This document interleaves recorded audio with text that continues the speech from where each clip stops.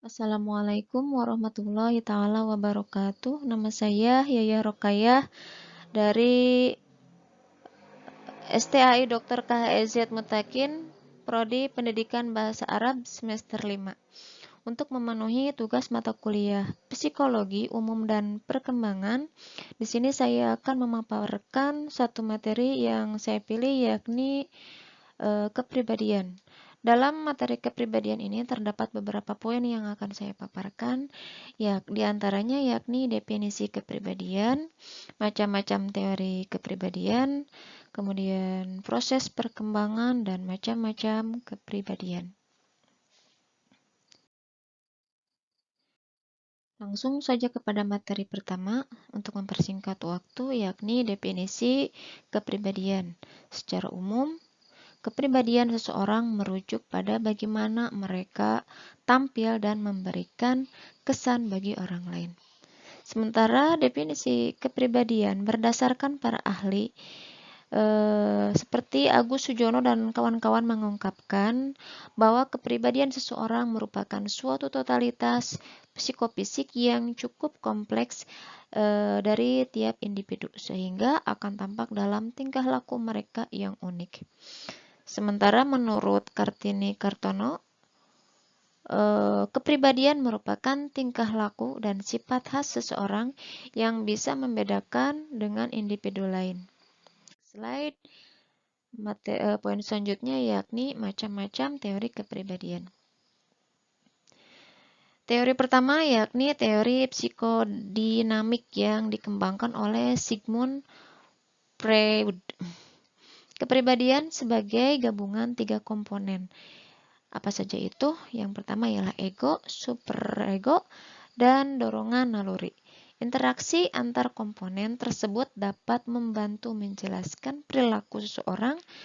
Sigmund juga percaya bahwa pengalaman masa kecil berdampak besar pada kepribadian. Kemudian, teori yang kedua yakni teori humanistik. Teori humanistik ini dikembangkan oleh baca Maslow ya. Maslow terkenal dengan paham hierarki kebutuhan.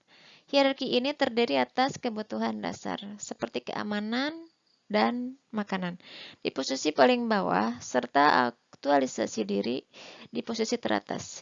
Dia memperlihatkan bahwa orang-orang yang mencapai aktualisasi diri menunjukkan sindrom kepribadian koheren.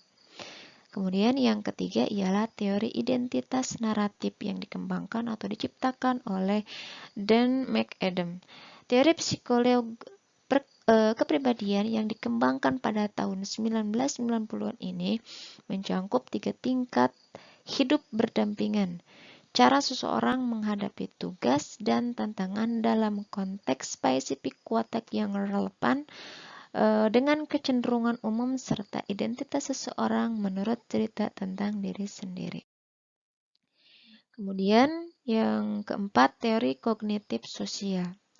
Teori psikologi kepribadian ini dikembangkan oleh Albert Bandura, di mana teori ini menekankan soal pentingnya pembelajaran observasi, efisiensi diri, proses kognitif, dan pengaruh situasional. Kemudian yang kelima, teori sifat. Teori sifat ini diciptakan oleh Raymond Cattell dan Hans Eysenck. Teori sifat merupakan teori yang menitikberatkan pada pengenalan, pendeskripsian, dan pengukuran sifat tertentu yang membangun kepribadian manusia. Para peneliti mempercayai bahwa teori psikologi kepribadian ini bermanfaat untuk memahami perbedaan di antara individu.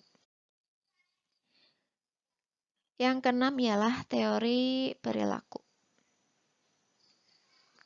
Teori perilaku dikembangkan atau diciptakan oleh John Watson. Teori perilaku ialah studi kepribadian manusia yang berhubungan dengan lingkungan sekitar. Orang-orang yang mendukung teori ini meyakini bahwa manusia mampu mempelajari perilaku dengan sistem imbalan dan hukuman. Sistem imbalan disebut dengan pengondisian. Kemudian teori selanjutnya yakni teori investasi sosial, di mana teori ini diciptakan oleh Brent Robert. Menurut teori ini, ketika seseorang menginvestasikan dirinya dalam sebuah peran sosial baru, misalnya menjadi suami atau istri, perkembangan kepribadiannya akan terjadi dan dapat berubah seiring waktu.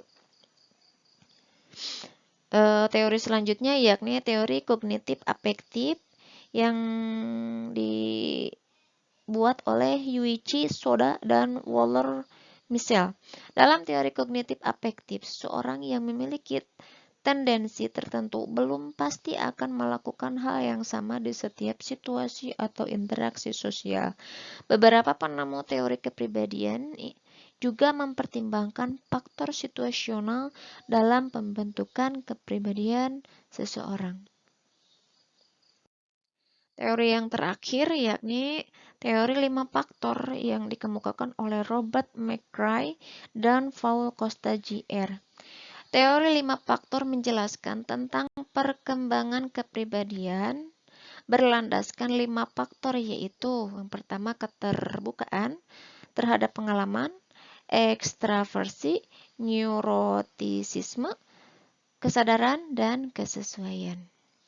Poin selanjutnya yakni proses perkembangan, di mana pada proses perkembangan ini terdiri dari 3 fase ya, fase pertama, fase kedua, dan fase ketiga.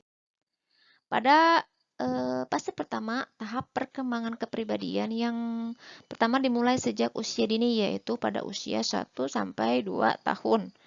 Menurut Corliss H. Collis 1864 sampai 1939. Kemudian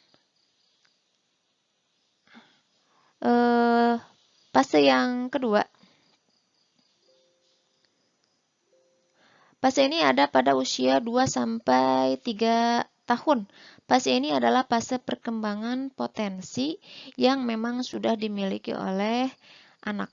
Sementara tahap ketiga, yakni fase terakhir ya. Fase ini merupakan fase terakhir ya emang. Fase ditandai dengan semakin stabilnya karakter seseorang dengan perilaku khasnya. Fase ketiga ini bisa terbentuk sampai usia dewasa, yaitu sampai usia 25 sampai 38 tahun. 28.